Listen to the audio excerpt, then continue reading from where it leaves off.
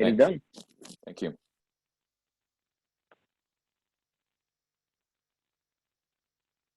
Honestly, Caleb is on here from TBI headquarters. Second time since COVID. Man, back in the office.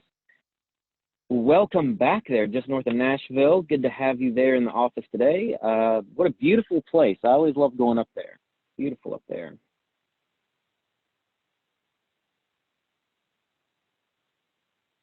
I always love looking at all the artifacts. I have pictures on my phone of, let's see, who all is there? There's, was it Jimi Hendrix that was, you guys arrested, or someone arrested there? A couple others that were really good. But yeah, interesting stuff. Interesting. Well, let's go ahead and get started. So everyone, today we are here to talk about emotional intelligence. And to be more specific, we're going to do two things with emotional intelligence. First of all, well, I'll get into it. We're going to do an overview. And then we're going to go a little bit deeper into what I would consider more of the inward-most parts of emotional intelligence. My name is Brian Cox. I am the President and Chief Innovations Officer here at Blaze Performance Solutions. We are an organization that specializes in microlearning, gamification, and execution. And one of our hottest topics over the past, I would say 3 to 6 months especially, has been on emotional intelligence. So let's get started. Let's get in. I'm ready. You're ready. If you have any questions, my partner and the CEO of Blaze, Kent Vaughn, is also on the line. He will be monitoring the chat. I will hop in there and read when I can, but with this many participants, it is difficult at times for me to manage all of it. So I have a partner in crime, but don't worry, no real crime is being committed. So please don't put out an APB for our arrest. I'm not sure if I'm using the right terms, but let's just say that we are. So with that, let's go. So today, our EQ focus, we're going to have two primary focuses. Number one, the overview of the 5 key pillars of EQ. Now, I am going to use the term EQ as much as possible instead of emotional intelligence, just because it's difficult to say emotional intelligence 275 times in a 90-minute session. So EQ is emotional intelligence. After we do an overview of these 5 key pillars, we're then going to dive deeper on the inward focus EQ pillars, which will be the first 2.5. And so we will spend some time there. Now, for many of you, you have already registered for the second session happening here in about 2 to 3 weeks. If you have not already registered for it, please take the time, check out the email from Ernie Ricketts. There is at the bottom of that email, second half of that email, a registration link to meet with us later this month to do a deeper dive on the last 3 pillars of emotional intelligence. And that will be another great session to help you learn not only what it is, but how you can take it, how you can apply it, and you can be better in your everyday life as well as in your work roles. So let's talk about some key 4 takeaways for the day. Number 1, I want you to understand what EQ really is. What does it mean? It's not just about IQ. It's not just about understanding your emotions. It's about what you can do, the power that understanding and harnessing your emotions and using them intelligently can do for you in your work and life.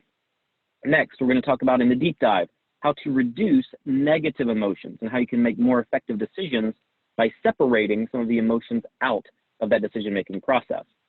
Next, we're going to talk about how to allow yourself to process instead of react, which is really talking about the proactive mindset and giving yourself the time it takes to effectively process emotions. And then finally, we're going to talk about being assertive and expressing difficult emotions. Now, as we talk about emotional intelligence, one thing that we find is that at times, it can be difficult to effectively express emotions, effectively manage them, understand them. We want to make sure that we are giving you tools that you can take to be more effective in that processing journey. So with that, let's get started. And I wanted to show you a quick quote right here. Why is EQ such a hot topic? Why has it dominated a large segment of our business over the last 6 months? Well, it's because a lot of research has been done, and they have found at TalentSmart that 90% of top performers in organizations are also high in emotional intelligence. There is a direct correlation between high performance and high emotional intelligence. There are many other data points that we could look at, but I think this is a powerful one. As we look at what does it take to be excellent at what we do, and if you listen to anyone like Gary Vaynerchuk, Gary Vaynerchuk has come out multiple times and said that one of the greatest tells for a great leader in the next decade will be their level of emotional intelligence. He speaks a lot about empathy as well. If you follow him, empathy is one of the 5 pillars of EQ. And I think that we will see today why these pillars are so important to the success of anyone in their work and in their personal life. So let's begin with the first pillar of emotional intelligence, or actually we'll go through the overview and then we'll do the first pillar. The first pillar is self-awareness. And as we get a little bit deeper, you'll see this is a little bit more than just understanding yourself, getting to know you. This is about self-awareness of your emotions. Next, we go into motivation, then empathy, social skills, and self-management or self-regulation. And so these 5 keys will build upon each other in such a way that it will purposefully guide you to more effectively understanding, monitoring, managing, and implementing these EQ pillars in your life. So let's begin with self-awareness. So self-awareness is really about knowing your strengths and weaknesses with humility. Now, as we look at knowing our emotions, understanding them, perhaps you felt this in your everyday life where you get frustrated, upset, angry, or maybe even the opposite side of the spectrum where you are happy, engaged, excited. Understanding these emotions is what I would consider like a bronze or a silver medal, right? We'll say a bronze medal. Knowing that you have an emotion is great because while many times we cannot dictate what our first response is going to be, what we can do is we can understand that that response has happened. We can be aware of the response, and then we can take action on where we go from there. So understanding it isn't just this soft, fluffy, sunshine and rainbows concept of know your emotions. It's understanding your emotions so we can then move to action effectively. Perhaps you've seen this at times in your life whenever you have had a negative reaction or you've been angry, frustrated, you've blown up or seen someone else blow up in their life. That can happen because they have an emotion, but then they just continue to react off of that emotion. What we want people to do is to understand that it happened, see it, recognize it, but then we want them to be conscious of the reaction that they have had, and then move to a different proactive approach after it, ensuring that they're actually being effective instead of just letting their emotions run them. So what are some quick ways that we can harness this power? We can be aware of it. Number one, it's bringing the unconscious to the conscious, meaning unconsciously, just out of the blue, it just happens. We will have reactions. We will have emotions that pop up, whether that be happiness, anger, frustration, sadness, joy, etc. All of these are emotions that can play in this. What we want you to do is to be aware. Be self-aware of the emotions you have. And we'll start talking about things like triggers, things that pull these things out of us, why they happen in a little bit. But right now, we just want to focus on being aware of them. Once you are aware of them, then we want you to start thinking about them. And one way that you can think about them is to journal them. Now, some people are very pro-journaling and some people are very anti-journaling. Now, I'm not necessarily saying you should have a dream journal. I'm not saying that in any way, shape, or form. What I am saying is by taking the time to self-analyze your actions and reactions, it gives you the opportunity to then be aware of why you're doing what you're doing. Now, have you ever been in a situation where you have, I know people say they don't have any regrets, but let's be a little bit more honest, right? Most people have had a reaction that they regret having. It has ballooned into something bad, maybe a negative reaction. Some people might think of it as a negative reaction in a sales process. I've seen this happen to many people. They buy out of an emotional response. They get all keyed up, all excited, and then they buy something, and then they have buyer's remorse. Well, one of the things that we can do to combat that is to understand that we are in an emotional state, a positively charged state, and that can lead to us making an impulse buy. Whenever we think about our work life, we can have an emotional response to perhaps something we're investigating. And that emotional response can lead us to start making our own assumptions about where we need to go with it instead of logically analyzing the facts that are in front of us. We want to take the time to be able to analyze these things. And that really leads into the second point, which is slow down.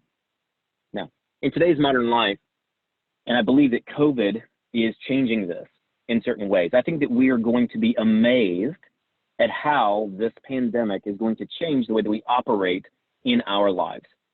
I think it's causing a lot of people to slow down, to see that there are different ways that we can handle things, that we cannot just go, go, go all the time. But as we look at EQ, one of the things that you will find I'm going to talk about a lot in every one of the key pillars, as well as how to be more effective in them, is that slowing down and taking the time to understand and process will be key to improving. And so we slow down. Whenever we have an emotional response of any way, of any form, positive, negative, indifferent, we need to understand why that response was there and did that response serve us well. Now, this will be a phrase that I probably say quite a bit today, but is that response serving you well right now? And if it's not, the great thing about being a human being is that you have the choice to dictate your response. Maybe not your first response. The first thing that pops in your head can be our unconscious, right? Our subconscious. What we have the power to do is to dictate what we do with that first response. Do we roll with it, or do we identify it, process it, and decide this does not serve me well today, or this does serve me well, I'm moving forward?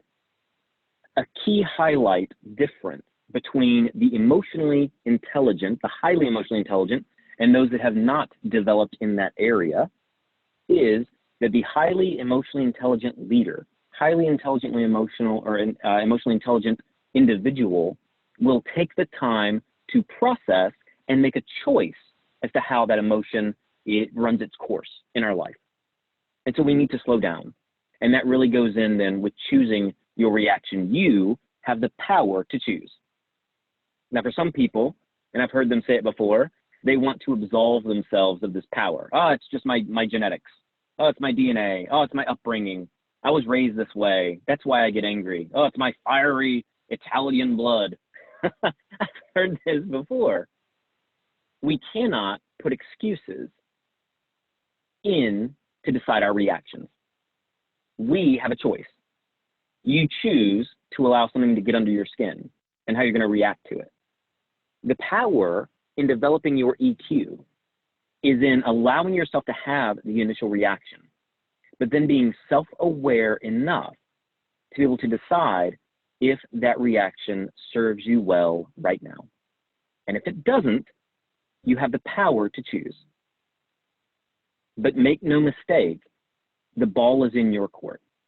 You have the power to choose. And you can either accept the responsibility, which is there, or you can make an excuse and just say, oh, that's just the way it is. That's just me.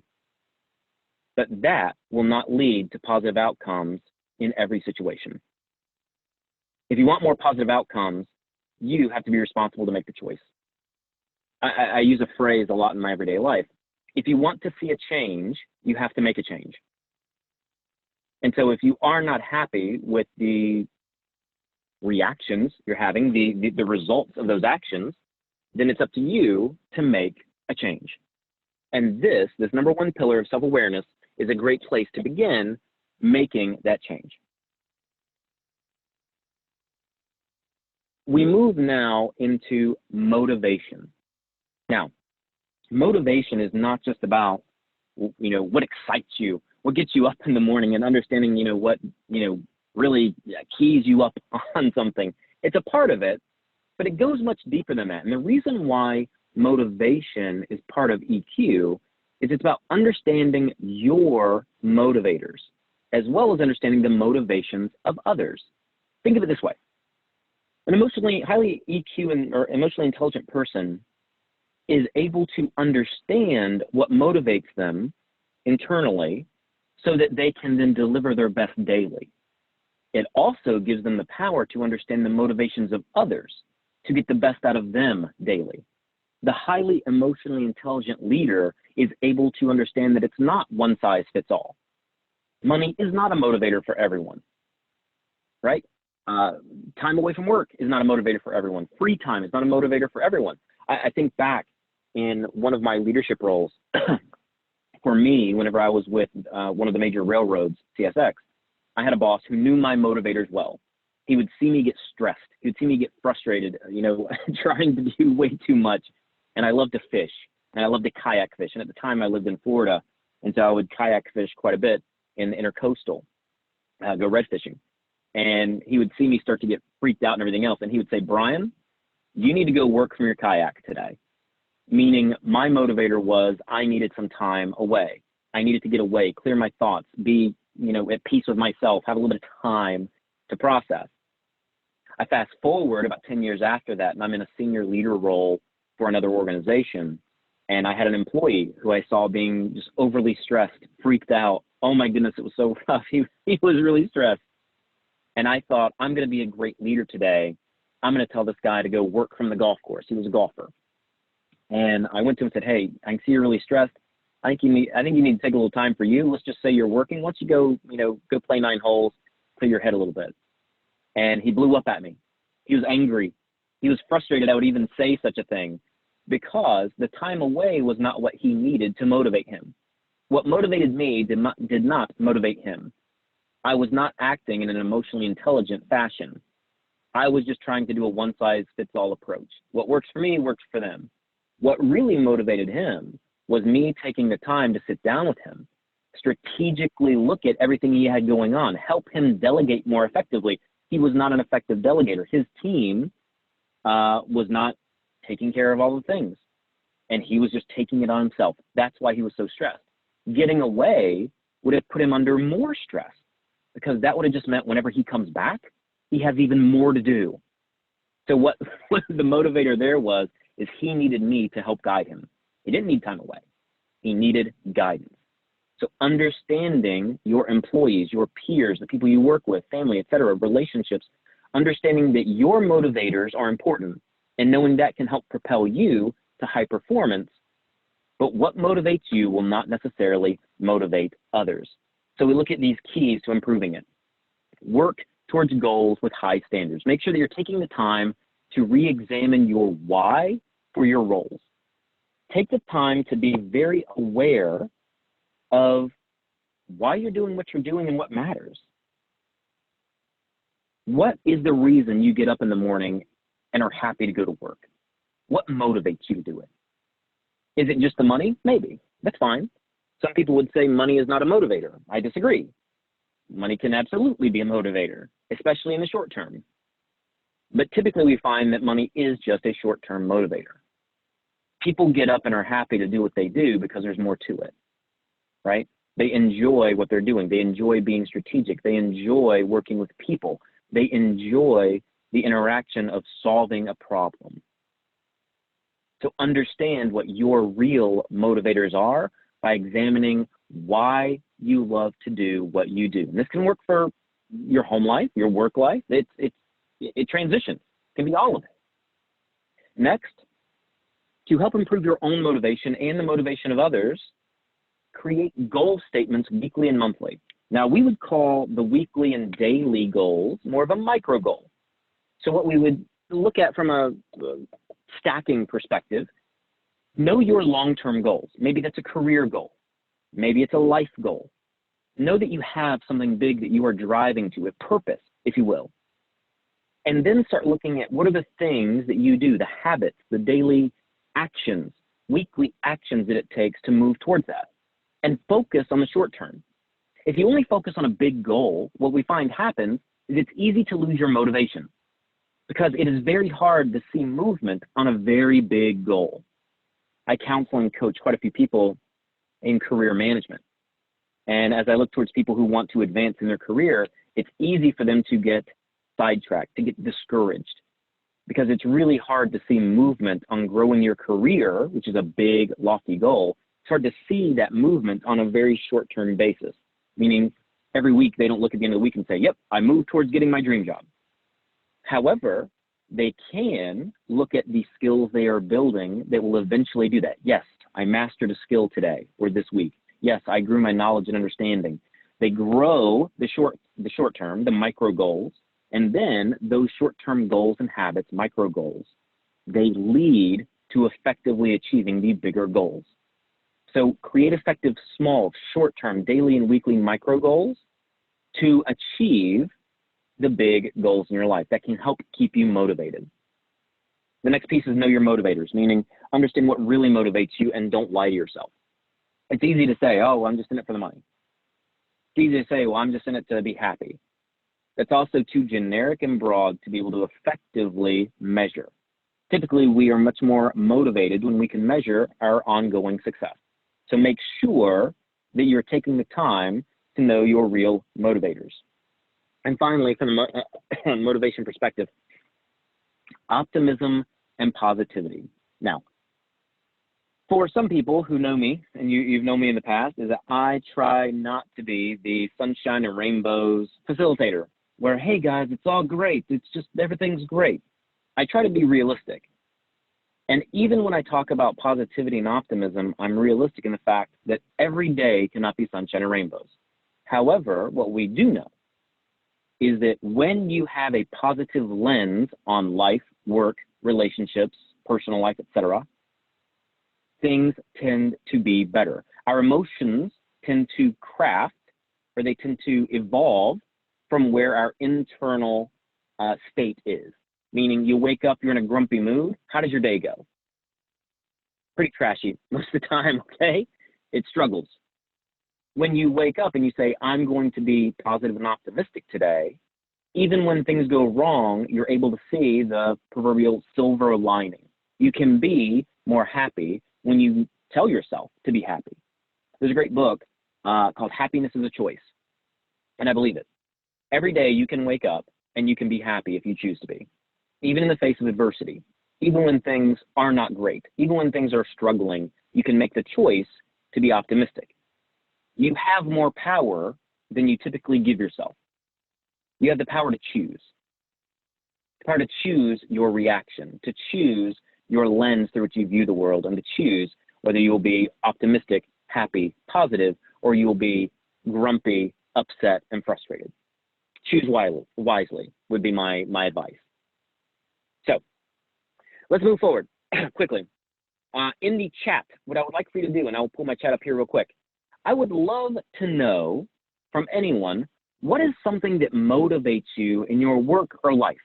What is a motivator? Can you tell us what motivates you? Let's take a minute and let's see a few answers that come through on what would be a motivator for you in your life. And I'll even start right here by typing my own in.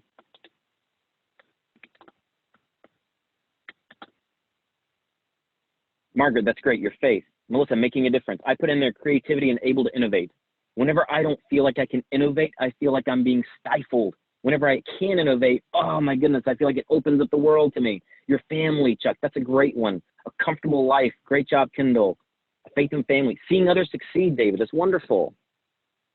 Seeing a finished product. Maggie, we see that one a lot. That's a great one because it shows that you love to get stuff done. The GSD mentality, I used to on a farm, and that was a huge motivator for me. The work was hard, but the motivator was seeing what you've accomplished. And it's short-term and long-term, right? In the long term, it's the food that would grow from the garden. In the short term, it's to see a beautifully planted field. Getting stuff done is big. Sheila, being part of a team, excellent. Jimmy, being a part of something bigger than you, that's great. The belief that what you do changes lives and makes a difference. It's excellent. Yep, absolutely true. Making sure customers are happy. Yep, these are great things, guys. Understanding your motivators is a key to growing not only your success, your happiness, your performance, but as we start looking in the next session at developing these outwardly to others, because motivators will go inward and outward. How can you effectively bring out the best in the other people that you work with, that you live with, that you have in your life? It can be key. So let's move forward from motivators to empathy. Now, empathy can at times feel like a little bit of a soft term, a soft skill, right? Empathy, however, is what many people, again, Gary Vaynerchuk being one, Tony Robbins being another, people have said that empathy is what will separate the manager from the leader in the next decade. It would be one of the greatest leadership skills that people can build, one that is tangible and relatable to getting the right stuff done. So let's look at empathy for a bit. It's how to develop others through listening and feedback, okay? So number one, key, put yourself in someone else's shoes. Now, what we're talking about is being able to, even though you may have never experienced something that's going on in someone else's life, it's about being able to understand what it might feel like. And maybe you've felt this before, and you feel it inside, like in the pit of your stomach, or in your heart, if you will, whenever you see someone going through something and it's heartbreaking. Now, I could see this happen many times in some of your work life, those of you who are field agents. You see someone going through a catastrophic loss, through something that has just, put them on full tilt. Being able to understand where they are can help you then relate to that person more effectively. For those of you who lead teams, seeing where your team members are, putting yourselves in their shoes, understanding what's going on in their work and life can help you then manage that person more effectively. In your home life, understanding that you may not be able to relate to what someone else is going through, but being able to say that you can feel, maybe emotionally, what's going on in their life. It can lead to a better outcome. Another piece you need to know about empathy is understanding your own body language, meaning to show empathy is an outwardly expressed, emotionally intelligent key pillar. But from an inward perspective, you are able to express empathy more effectively if the other person feels that you are showing empathy. So watch your body language. Don't close yourself off, crossing your arms, sitting back. Don't be on your phone, trying to multitask. Whenever someone needs you to be present, be present. How many times have you ever been in a conversation with someone and they're typing on their computer and listening, or looking at their phone and listening to you? The thing with multitasking is you can do it, but you will give up quality somewhere. And if someone is not truly engaging with you, looking you in the eye, truly, I would say actively listening, then you know that they are not really present. And it's hard to show empathy when you're not present. So be present in all conversations. And finally, respond to feelings honestly. When putting yourself in someone else's shoes, I'm not saying that you just have to give in to everything they're saying and just say, yeah, oh man, it must be really tough. There is a time in the conversation where, yes, you are there to listen empathically, but then you also have to respond honestly. Put themselves in, or yourself in their shoes, but allow yourself then to be able to effectively respond back to them to help them get through it. Now, it's not always our job to fix it. Many people, and if you stereotype, then it's the stereotypical male function or masculine function to try to fix things. And things aren't always there to be fixed. Sometimes people just need to be listened to. They need to be heard. Being heard can be much more important than having it fixed in the moment. In fact, as humans, we find that most of the time, not most, many times, people don't want things to be fixed. They can fix it themselves. What they want is they want the companionship, the understanding of another human being. Relationships are more effectively formed or forged at times through the tough times. It's easy to have a happy relationship when things are good. It's easy to be a good boss when everything is humming along and things are great. It's difficult to forge that relationship and build your internal culture of your teams, to build the relationships when things are tough. By utilizing empathy, you can more effectively build and forge those relationships in the tough times. And that's whenever it will separate the good from the great leaders, or I'll be frank, the bad from the great leaders. Now, I've given stories in the past at TBI, and you have the recordings of the sessions. I've told examples before where I've been a bad boss. It has happened. And I've learned from those experiences, and I can tell you, when you lack empathy, it is hard to be a great boss. So focus as a leader on being more empathetic or showing empathy if you want to increase your leadership skills. Next, we go into, excuse me, social skills. This is another outwardly expressed EQ pillar. So social skills are exactly that. It's how you outwardly express your EQ to others. How do you show this? So we can go through multiple areas. It's how you gain support. How do you get people bought into your ideas? How do you build relationships, work and personal? And how do you manage conflict? Now, the number one key that we'll discuss in this, in the overview, is be a conflict resolver. Don't let it fester. Well, we see that the highly emotionally intelligent leader does not let things just drag on and build up frustration and resentment within their life. They handle it. Now, they handle it by balancing respect and honesty, meaning they honestly and openly handle the situation, but they do so in a respectful tone. It's easy to call someone out and say, hey, stop doing that, you mean person. I don't know, I'm trying to use good language. It's easy to call someone out and put them on the spot. It's hard to manage conflict and still build the culture and build the relationship. Your focus, and we talked about this in our difficult conversations class a few weeks ago, the key in a highly emotionally intelligent leader will build the relationship through conflict. And to do that, you have to pause. You have to take time to build it. You have to take time to craft the message. Without crafting the message, then you shoot from the hip and you react. The highly emotionally intelligent leader does not just react to the emotion. They are self-aware of the emotion. And we'll see in the next key pillar, the final, then they will manage that emotion. They will utilize and leverage empathy. They will understand the motivators of others, and they will implement the social skills it takes to effectively manage the conflict. What you cannot do is let it fester. And for the leaders, I'll give a piece. I actually wrote something about this online today, this morning, excuse me, about you cannot simply ignore something from a leadership perspective whenever someone is not operating to their highest effective level, right? If they're not meeting standards, it needs to be discussed. It needs to be handled.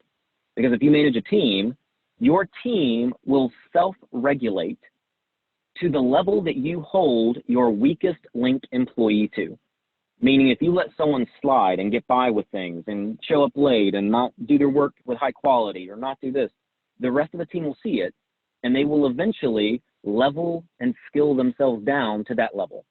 Because they'll say, well, why am I busting my rear end to get this stuff done whenever, this person over here doesn't do that? I'll just do what they do and get by. It's one of the leading issues that we see in ineffective teams, is that a leader does not handle the weakest link. You must hold people accountable. You must manage performance, not just once a year at their performance review, but daily, weekly, monthly, ongoing, manage the performance of all of your employees. And as you do that, you will upskill, level up your employees because they see that the threshold for excellence, the bar is being set at a place that everyone needs to rise to. If you set the bar low, they'll hold themselves to the low bar. And people, leaders, do not need a low bar. They need a high bar. Next, improve your communication skills by listening and speaking real. And this goes in with the honesty piece and the respectful piece. Make sure that you are taking time to actively listen. Be present in the moment, in the conversation. Respond back respectfully, but honestly. You can be honest and not rude. You can keep it real without breaking a relationship. You can build a relationship, build a culture through honesty. I've had some amazing leaders in my life. Or as I typically say, I've had a lot of great leaders and one really bad one. And all of the great leaders had a common attribute. And that attribute was they were able to discuss with me how to be my best without making me feel at my worst. And think about that for a moment. They were able to help me level and skill up without making me feel like I am unworthy or like that I am, a piece of trash or that I am weak. They were able to build me and not break me. As a leader, you need to look at how you are interacting with your teams. In your personal life, you need to look at how you are interacting with those that you care about. And are you building that person or are you breaking that person down? It's an important focus. Final piece is learn how to effectively praise others. Now, this goes hand in hand to a degree with the story I told earlier about working from my kayak and working from the golf course. Some people like to be praised in the open. They love to be called out in front of a group of people and told how great they are and what a great job they did. For others, that will embarrass them. As a leader, you need to know from a motivational perspective and from a social skill perspective, what do your people need in order to be told that they're doing a great job? Do they need the public recognition? Do they desire that? And if they do, great. Then you know that's what you can do. Or do they need a private, hey, I saw you were doing this and you did a great job. I just want to recognize and let you know that I'm seeing this and you're really helping the team in this. So thank you. And as a leader, the highly emotionally intelligent leader will not try to manage in a one-size-fits-all box. They manage their people. They interact with their people in a way that builds each individual to where they need to be. Remember, high EQ is not managing everyone the same. It's managing them in the way that they need in order to be most effective. And the easiest example I have for this is some of you who are leaders may have an employee that's been with TBI for 10, 15, 20, 30 years. You would manage the highly tenured employee very different than someone who's on their job for the first week, right? They have different needs. From a technical skill perspective, they have different needs. They are not in the same place. So you must look at them differently. You must handle them differently. The same goes for people who, two people may have both been there for 15 years, but their personalities may be different. Understanding themselves, using empathy. You'll see a lot of these blend together. They work together. Using empathy to understand, put yourselves in their shoes, and then be able to manage them effectively will lead you to more highly effective outcomes. Now, the final pillar that we will overview, and typically this would be the second pillar, but I bring it up last because it's such an important piece to look at. And this is another inwardly focused EQ pillar, self-management or self-regulation. I've grown to really enjoy the term of self-management. And if we think of it like this, excuse me, if we are understanding of, we are aware of our emotions, pillar number one, we're self-aware. Then we must make sure we are managing those emotions effectively. But as we utilize the others, as we start working with motivating others, being empathetic to them, utilizing and leveraging our social skills, it all comes back around to managing our reactions. I would place self-management, self-regulation as a core pillar within the EQ world. It's something that must and needs to be focused on every single day because our emotions do not stop. They continue to evolve and to happen in the moment. Some of you might be having an emotional reaction right now. And yes, oh, I love this, Brian. We'll assume that's the only reaction, that there's no one saying, nah.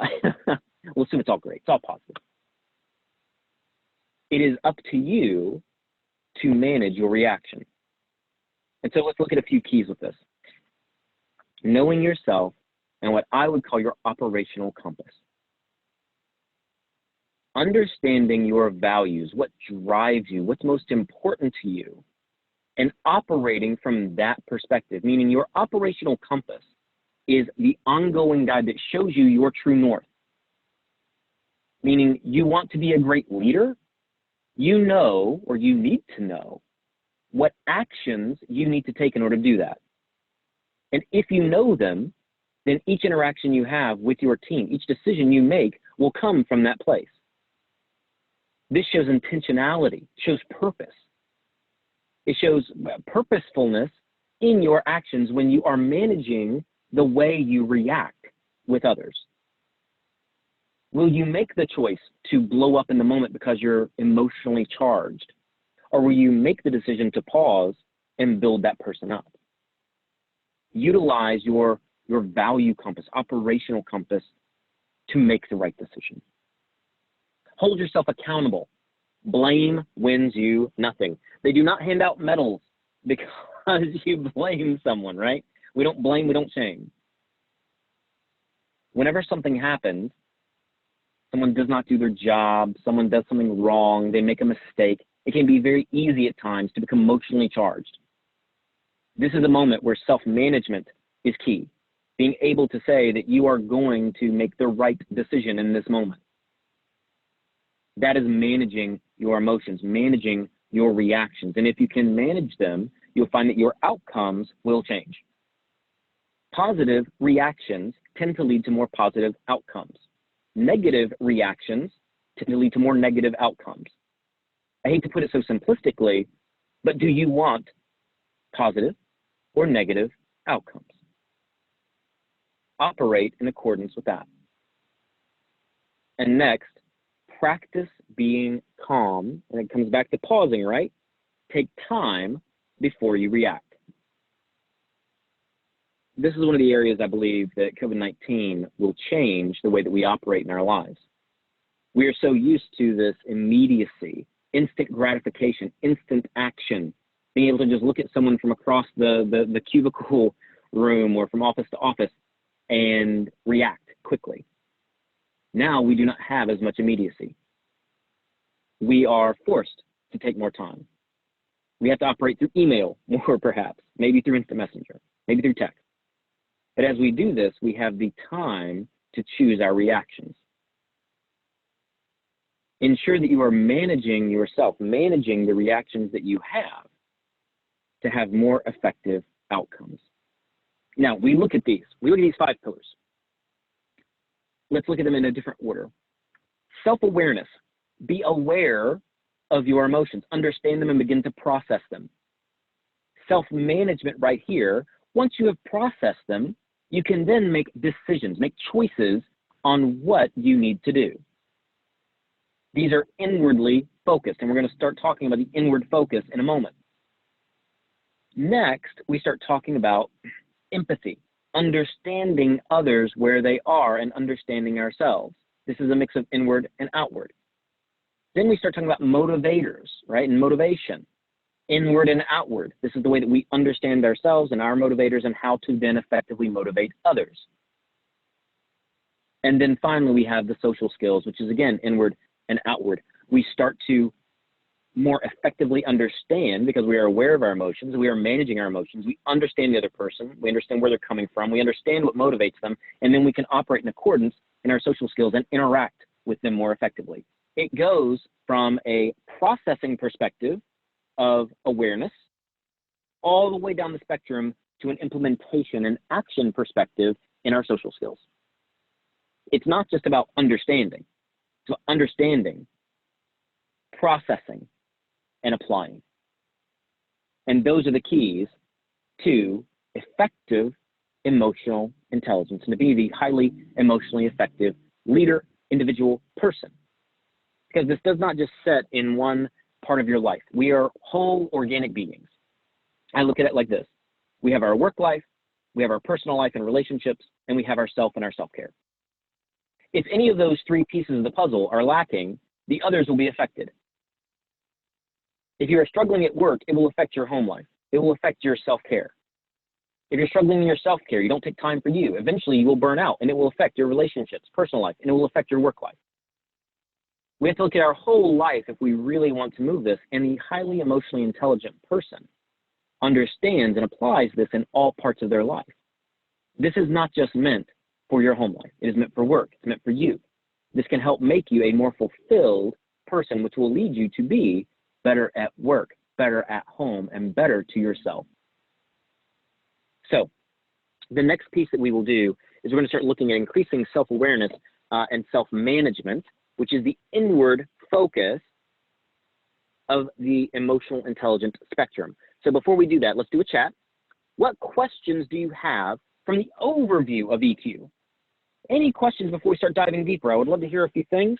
Anything that I can make more clear, that I can elaborate on, I would love to know. And I'm sitting here waiting, what would be the term? With bated breath by the chat box. Cannot wait.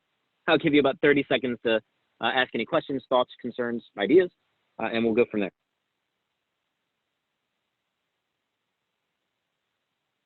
Caleb, you asked a great question there. What are the best ways to determine someone's motivations or motivators? I love the simple answers. And so I'm going to give you two. One is extremely simple, and the other one is somewhat simple. The first thing you can do is you can ask. If they are emotionally intelligent and self-aware enough of their own motivators, they'll know, and they can tell you.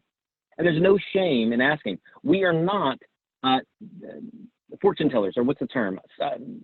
Psychic? Whatever the term. We don't know other people's minds, okay? We cannot, mind readers. That's the term. We're not mind readers. Yes, we can try to understand. We can try to make our best guess, but we don't always know. And so the simplest way is to ask them what really motivates them.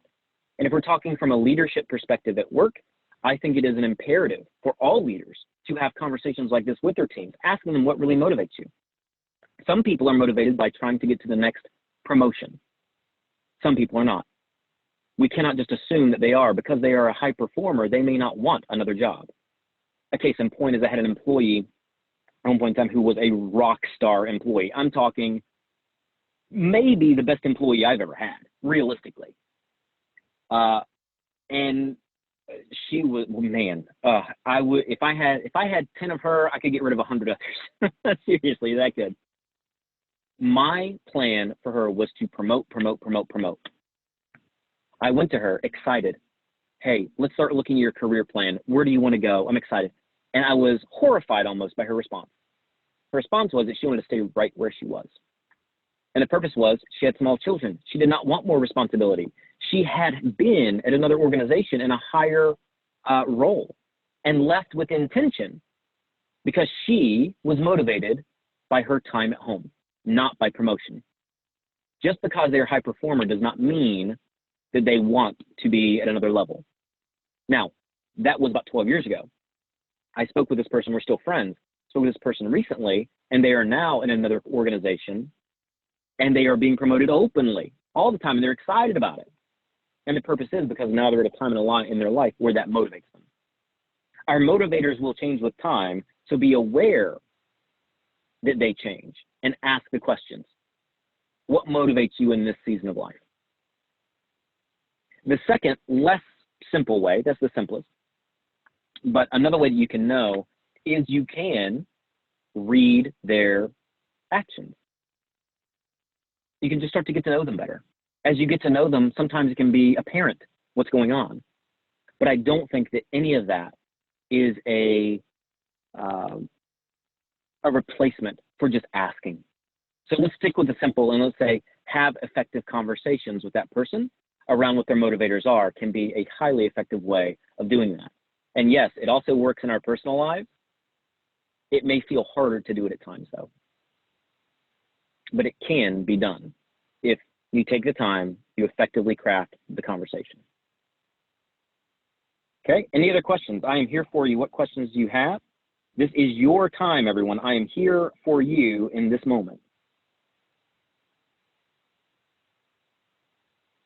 And for those of you who know me and have seen me and know my coffee, my love of coffee, I'm going to go on mute and have a nice sip of coffee real quick.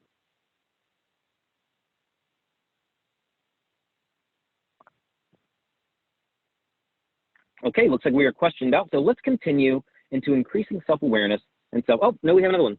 Do I have any book recommendations on self-discovery to help you identify your own motivations? You know, it's a great question. So I think that one of the books that is, I typically always recommend, is I recommend the book Emotional Intelligence 2.0. That is a good book around general emotional intelligence, but there's a great part in there about motivation and motivators that can help you. I'm trying to think if there's any others. There's another book I know. What was it? Yes, I remember it. It's a book called Drive by Daniel Pink. Yeah, Daniel Pink wrote that book. And so Drive is another book that goes through a lot about what, in fact, the title of it is Drive, The Surprising Truth About What Motivates Us. I would recommend that book. In fact, I love a lot of what Daniel Pink does. He's kind of especially a few years ago, but still so today, a driving force in this personal development and growth space. And so I would recommend Drive, The Surprising Truth About What Motivates Us as another way or another book that could be effective for that. Excellent. So let's move forward. So how do we then reduce negative emotions? Well, here's what we do is we don't make decisions when emotions are high, and that's positive or negative. We understand this is the self-awareness piece and self-management put in together, meaning we make sure that we make decisions based off of logic, fact, etc., not off of the emotion at the moment. It's important for us to ensure that we are able to separate the emotion in order to make the right decision. So reduce negative emotions, reduce positive emotions, reduce emotion when making decisions. And this is a way to more inward, in an inward fashion, leverage and increase our EQ to be our best. The next is to imagine multiple possibilities, meaning don't just agree with your first reaction. Take the time to evaluate multiple outcomes. What is the best thing in that moment to make the best decision? And then finally, give yourself time to process the emotion to understand where it's coming from. Again, what you will find with EQ is that you are most effective when you are leveraging multiple at a time. Don't look at them as 5 separate entities.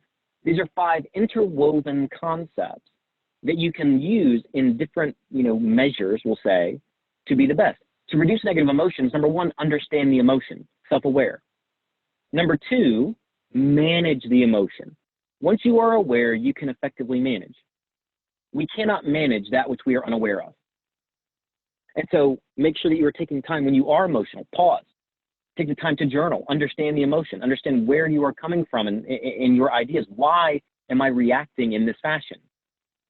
And then decide the action, the proactive concept you will take in that moment to have the outcome you desire. And in order to do that, you have to take time. You have to open yourself up to imagining multiple possibilities, and you have to not instinctively make a reaction. Now, there are times in our lives and in your jobs, I'm assuming especially, you have to make quick reactions. You have to make quick decisions. And what I'm sure many of you know is that effective decision-making comes through practice, not just your gut instinct and feeling. That's part of it. But over time, you learn how to make more effective decisions. And that can be by being logical, factual, understanding, and making sure you are not making the decision in that moment off of the emotional high or low that you're feeling. To reduce, in order to more effectively manage the inward EQ, reduce your negative emotions. The next piece that you need to be aware of is you need to make sure that you are allowing yourself to process instead of just react. I have a formula that I use for this. It is pause, clarify, and decide, okay? First, you pause. You say, hey, you know what? I'm going to take a moment. I'm going to think this through. I'm going to take a breath, allow oxygen to flow through my bloodstream, oxygenate my brain, and I can make better decisions. This is my favorite, one of my favorite movie and television quotes. It's science.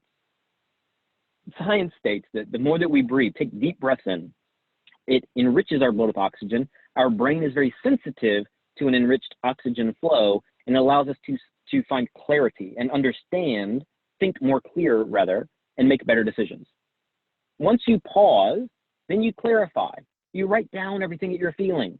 Identify the things that are fact versus just perception. Makes you aware of the unwarranted fear and anxiety that you may be feeling, or the unwarranted high or low emotion. You take the emotion out by clearly writing down exactly what's going on. Focus on fact. Don't react on emotion.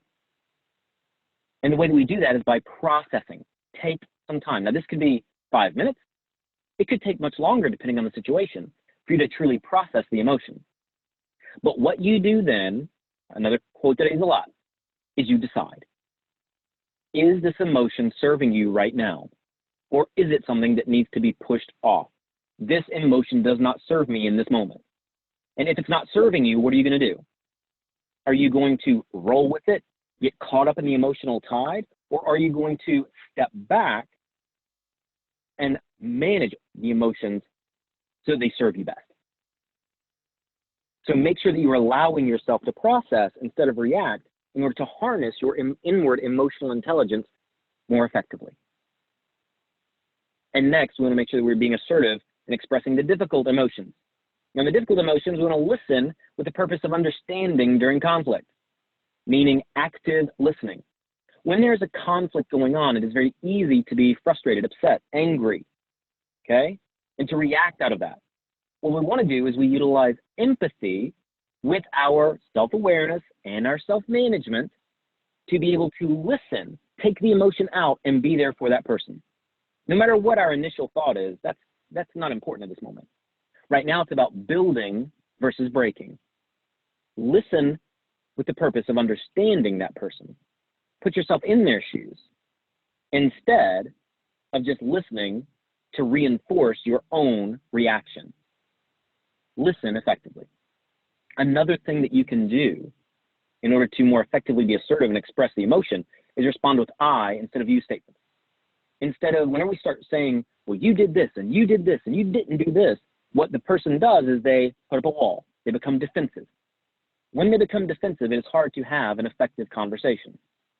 Again, self-aware of what we're saying, self-management of saying it effectively, social skills of interacting effectively, understanding their motivators, empathetically being able to be there. All of these things combined. This is not a singular pillar concept. This is a way for you to combine these, to inwardly process to yourself and say, I want the best outcome of this, and I will get a better outcome when I remove my emotion and try to minimize their emotional reaction. And we do that by saying, what I'm seeing is this. How I feel is this. You're responding using the I language to more effectively get the point across. When you use you language, it pushes them away. It builds the wall, puts up the barrier. And it can be very difficult to overcome the barrier once it's there. So I highly recommend to everyone, respond with I versus you statements. And then finally, know your goal. Know your goal with the conversation. Meaning if you have to have a tough conversation with someone, and for those of you who are in our difficult discussion session, you know that I've mentioned this before because it's a very highly emotionally intelligent concept. Do not enter into a tough conversation or have a conversation around high, difficult emotions without knowing your goal for the outcome. What do you want to happen out of that conversation?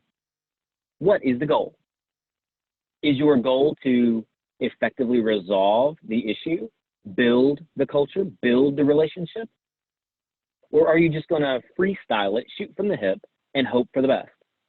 What we see many times when people just hope for the best is that they unfortunately get swept up in emotion and they start saying things that they don't mean, or will say they don't mean to say out loud, right?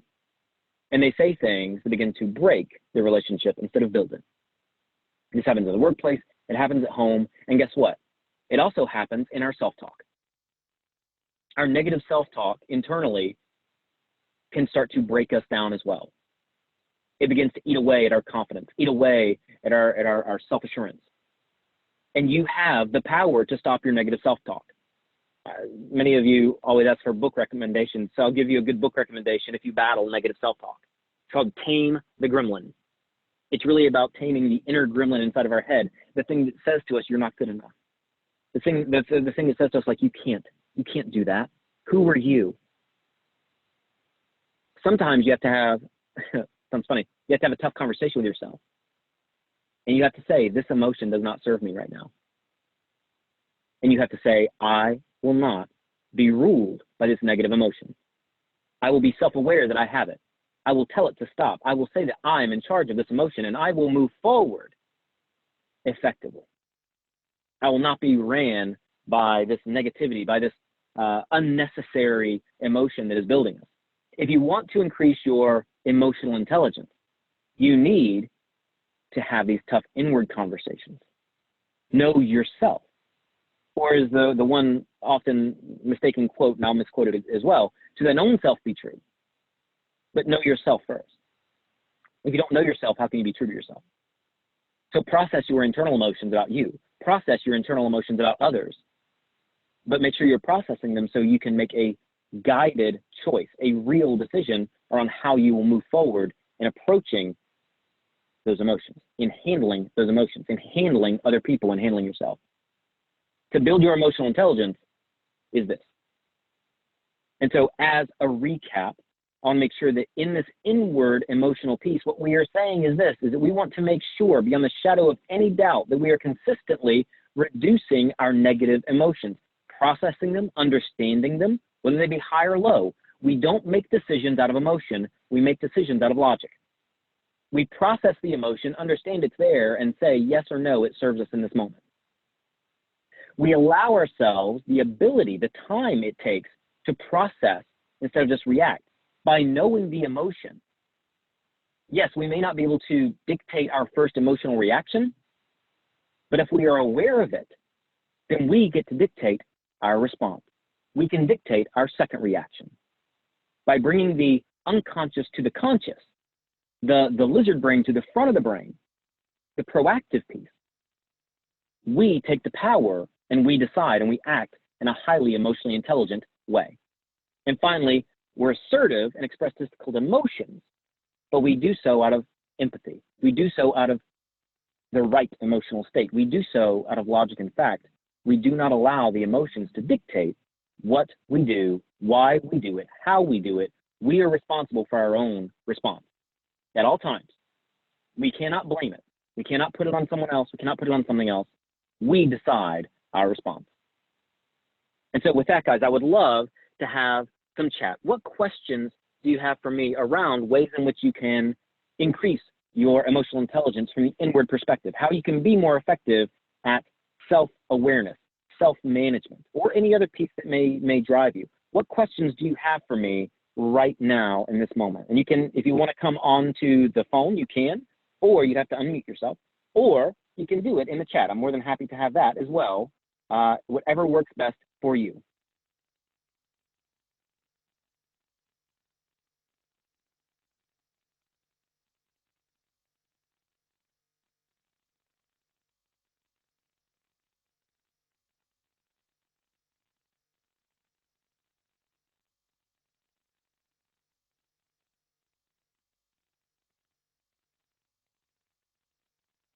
Can you give another example of I versus you statements? Sure. So let's use a specific scenario. We have an employee who has not been performing up to the standard they need to, whatever it might be. Okay. Instead of bringing that employee into the office and saying, "You're not doing your job. You need to do this. You need to start coming in on time. You need to do this." As soon as you start going you directly with the you, right? What that does is that puts up the barrier, because then if you start doing that, then they feel attacked. And what do people do when they feel attacked? They put up a wall because they want to save themselves. So they start thinking. Their mindset is not, how do I resolve this effectively? Their mindset is, how do I get out of this without losing, or without being berated, or without looking like I'm not doing my job? That's not where we want them to go. We want them to be aligned with us. And the goal, where I say there, know your goal, the goal is to correct the situation, have the best outcome.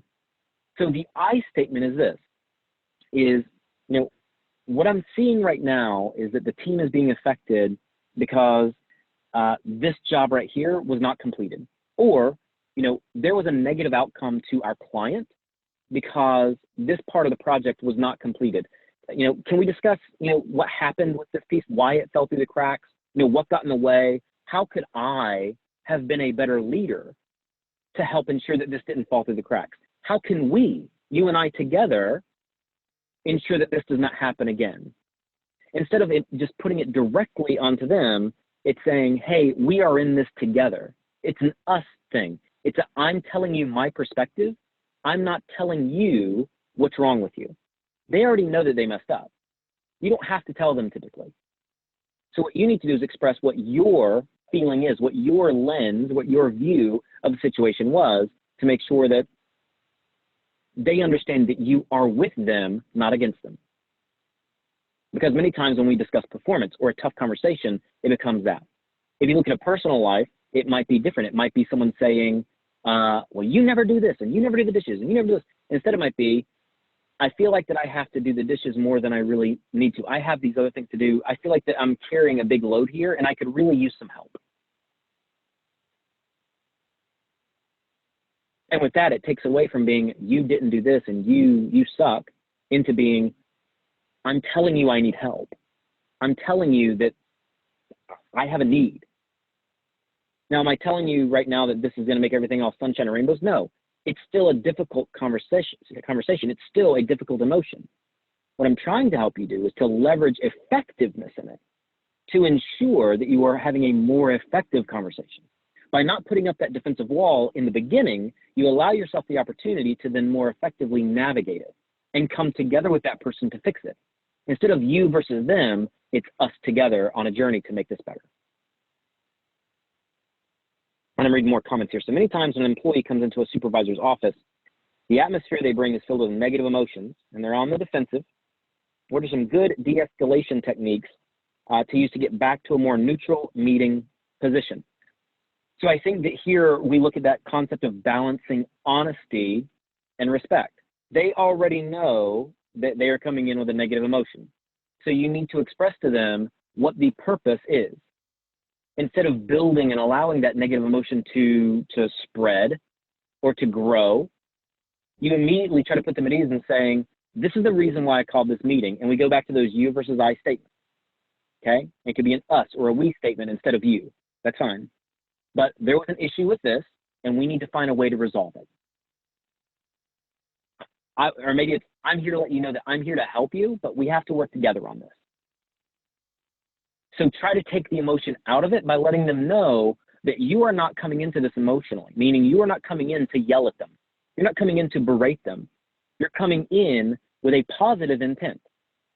By letting them know your intent is positive and being genuine, by the way, people know when you're not being authentic. Like if you go in and you say, I brought you in today so that we could have a positive outcome to this project that you totally screwed up, that's probably not going to be the outcome that's going to be effective, right? I think they're going to read through that whole you versus I statement. What you want to do is more so, hey, there were some issues with this or this or this. We want to make sure that we're getting this thing back on track. And I want you to know that I'm here to help you in any way that I can so that we can ensure that this is happening this way. We're looking for positive outcomes. How can we work together better? Then you have a conversation. You let them know, I'm not here to blame. I'm not here to shame. I'm here to help make better. I'm on your side. I'm on your team. I'm not here to make sure that you understand that, the wrath of your boss is coming down upon you. I'm here to let you know that you're not alone. But I'm here not to judge what has happened. I'm here to help make it right. We have another question here. When dealing with others that lack confidence or more deeply have some level of impostor syndrome in their position or level of responsibility, what are some ideas on getting around that hurdle constructively with those individuals? Okay, so great question here. And imposter syndrome is a big thing that comes up. There's a big kind of discussion in my industry, in my world, around imposter syndrome, and does everyone have it at some point? Maybe. I'm not sure I have a position yet. So for those of you who don't know, imposter syndrome is whenever, there's a lot of definitions. We'll go with this one. Whenever someone is in a role or they are doing something, they have been given a project or an assignment where that they internally feel as if though that they don't have what it takes to get it done. They're lacking confidence maybe. They're lacking self-assurance in what they need to do. And so how can we help build that in someone else? So one of the sad things about life is that I cannot fix other people. I can't make them better. I cannot grow their confidence. Or as I tell people, I cannot empower you. Only you can empower yourself. What I can do is I can create an environment in which you feel comfortable enough to feel empowered. You feel comfortable enough to grow your confidence. In this situation, many times what I do is I have a conversation around safety versus comfortability. I tell all of my employees, I want you to feel safe that if you do your job with the best of intentions and you make a mistake, I'm not going to fire you. I'm not going to call you into the office and yell at you. I'm not going to scream and berate and yell. You can feel safe that I'm here for you. What I don't want is for you to feel comfortable. Comfortable that you know how to do everything and that you don't have to change, you don't have to innovate. I want people to feel as though that they need to grow, they need to change, they need to grow themselves, their role, their performance. I want them to feel a little uncomfortable because I don't want them to just stay where they are. I need growth, not just static, compliance. I need people to reach a little bit, to stretch, to go for better, right? And so in these situations, again, openness, transparency, honesty, respect. Maybe you're seeing this. Maybe what you're seeing is true. Maybe it's not. I can't dictate. But I want to make sure that I have a conversation and say, hey, I want to make sure that you feel set up for success in this new role, in this new assignment. And ask them, do you have any concerns? What areas do you feel like you need to grow? Try to help build their self-awareness so they understand how they feel. Again, you cannot build their self-awareness, only they can.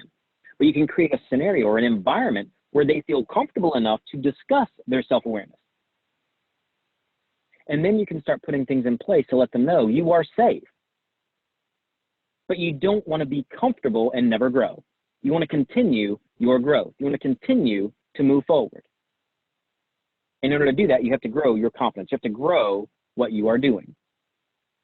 And many times it's going to be through growing in their self-awareness, growing through their social skills, and growing in their confidence internally to make sure that they are continuously improving. Not everyone has rock solid self-confidence. And again, you cannot make someone be confident. Now, I'm going to give you one more trick with confidence, and I hope you're ready for this one. This is one of my favorite topics of all time, and I mean this seriously. I love this concept. It is a game-changing concept. Somebody grab a pen, okay? There's a psychological term called the competence confidence loop, which is, as I build my competence, I do actions that increase or allow me to showcase that I know how to do something. Typically, we'll look at these as micro actions, small things. As I do things that build my competence, my confidence in my ability to do them will grow. If you want to help someone increase their confidence, give them assignments that will increase their competence. It does not happen overnight. It doesn't happen in a day. But over time, as they see that they can do it, and they actually do it, then internally they know they can do it. And that builds their confidence level to be more effective in having that confidence, right? So competence, confidence loop. Give people, your employees, team members, etc., the ability to increase their competence level, and over time, it will increase their confidence level. It's a great question. One of my favorite things to talk about. What are the questions you guys have? I'm here, looking to hear the chat, ready to go. And Kent, by the way, if you have anything to add to these, Kent Vaughn is also on the line, of course. Kent, if you have anything to add, please feel free, break in. Let us know what your thoughts are around these concepts. Hey, Brian, this is Ken. I do have two things. One, did you stop sharing slides purposely? No, not purposely. My computer has died, and so I am only going via the phone. Okay, gotcha. But luckily, we had no more slides left to go. The final slide was just a picture of me. You missed it. You missed a great picture. I looked really good. Beautiful. I mean, I looked good. I bet. I know you did. And I know of course, my email address. And of course, my email address, which is brian.cox@bps3keys.com, which I will put into the chat right now so everyone can have it. If they have a question for me, then they can reach out to me, of course. Let me put this in. You know, Brian, I was just thinking about this thing. I love this idea of the competent confidence loop. We've all seen that. We've done, if you have children with new employees, it's a really important part of even delegation and accountability, thinking about sometimes we're delegating just to get something done, right? And other times we're delegating something to someone to give them an opportunity to learn and to grow, et cetera. And I think the more we are focused on helping our people and our team members get confidence because they were good, they got something done. There is nothing like the thrill of accomplishing something, finishing something. So I love to cut my own grass just because I love it when it's done, how good it looks, right? And if we think about that in working with our team members and others, how do we help continue to develop competence in them, which will improve their confidence? Sometimes I see leaders hoard responsibilities because they're afraid of helping other people better. What if they get better than I am? Well, that's absurd. You have a real imposter syndrome issue there. My experience has been when my team members look better, I look better, you know, and we all look better. So I just love that competent confidence loop. Really great.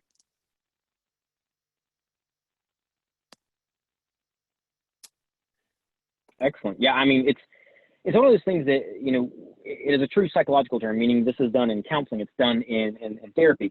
These are things, this is a tried and true method that can build confidence and does build confidence. We want to make sure that we are utilizing it effectively. We can use it for ourselves. We can also use it with others to make sure that we are actually achieving the goals that we're looking for, which is to build confidence. Yep.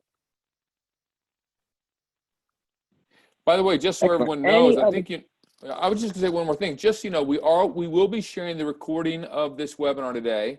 It'll go to Ernie Ricketts. He'll post it for everyone at TBI to share for with your team members. Anyone that wasn't able to watch it or participate, certainly they can watch this later again as well. And of course, 2 weeks from today, we're having more of the application of emotional intelligence that Brian will be doing again. So really excited for you to have this. I've been taking lots of notes, and right on my shelf is Emotional Intelligence 2.0 book I read a few months ago. But it's great, I think, for all of us to kind of stay on top of these things and continue to help ourselves get better.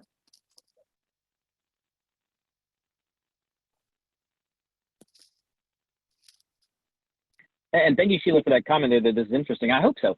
This is one of those topics that our entire lives we have operated within these 5 pillars, either well or not as well. Whether we knew about them or not, they are there. By being aware of them, we now have the opportunity to manage them. And that's the key here. And so before we leave today, if I don't see any other questions, before we leave, here's what I would like to know from you guys. What is one thing, one concept, one idea, one phrase, anything you can think of? What's one thing that you can take away today to help improve your emotional intelligence? What is one concept that's going to stick with you as you leave this training session? I'll give you a few moments to type in. I would love to see what you guys will get from this EQ discussion we've had today.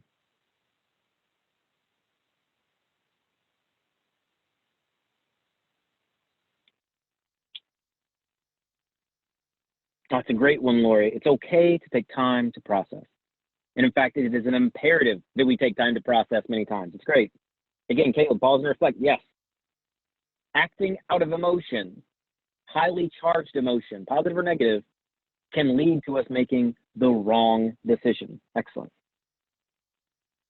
And Margaret Grayland, hope to understand your emotions better.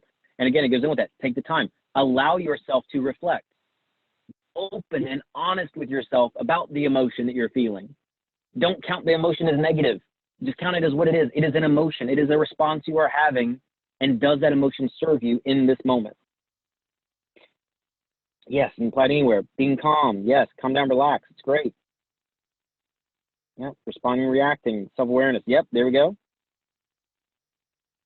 Yes, that's a great one there too, Maggie. Wonderful. And Jeremy, I love that one too. Listen constructively, not just to respond. You know, I use a funny term. I call them mind bullets. That many times whenever we're having an emotionally charged conversation, we don't listen to the other person, not to be effective. We listen to them with the response in our head. We're trying to form mind bullets. How am I going to break apart their argument? How am I going to be right? And in this, what I focus on telling people is, don't focus on being right. Focus on getting the right outcome. You don't have to be right to win. Achieving the outcome you're looking for, that's the win. And the highly emotionally intelligent person in a relationship or as a leader does not go for right or being right. They go to get the right outcome from a situation. Excellent. Reflect. Be more empathetic. Yes. Great. Active listening. Yes. Wonderful stuff. Working on self-awareness can help you. Yes. Can help everywhere. It's excellent. Guys, these are great. You know, I want to thank you personally. I know Kent feels that way as well, and I'll let him give kind of a wrap up also. I want to thank you guys for taking the time. I know you're busy. I know you have a lot going on. It can be difficult to take time out of your day, but we are honored that TBI has invited us back once again for another session. And we hope earnestly that you take this and you apply it. Because remember, listening to me talk will not change your life. If it could, trust me, they'd pay me way more. However, taking the concepts and applying them in your life, actual application outside of this, you leave here with new knowledge. You have to make decisions now. How will you apply? Go and apply it and you'll see a change. Because if you want to see a change, you have to make a change. Now, on May 20th, we have another session. On May 20th, we're going to be going over taking from the inward and moving towards the outward application of this. So we're going to talk more deeply about empathy. We'll talk deeply about motivators and social skills. Now, it will also have a framework of self-awareness and self-management in them because they all tie together so well. But we'll be focusing on how can you apply this, not just within your own life, within yourself, but how can you apply this when you are with other people or interacting with others. And so I'm excited. Make sure that you sign up for that. We want to see big signups. Tell your friends, tell the people in there, hey, you need to be here on May 20th because it's going to be a great session, and I'm excited for it. And I thank you so much. I typed my email address into the chat box, so if you have any questions, you want to reach out to me directly, I'm always available. I'd love talking about this stuff. This is a passion of mine, and I want to thank you for your attention. Thank you for showing up, and I encourage you all to take this now and apply it. And that's all that I have today. Kent, anything to wrap up before we go? No, sir. Thank you so much. Absolutely. And thank you guys so much. So we will see you on May 20th. Have a great day. Be safe out there, everybody. Stay healthy. And we will see you guys again on May 20th. Bye, everybody.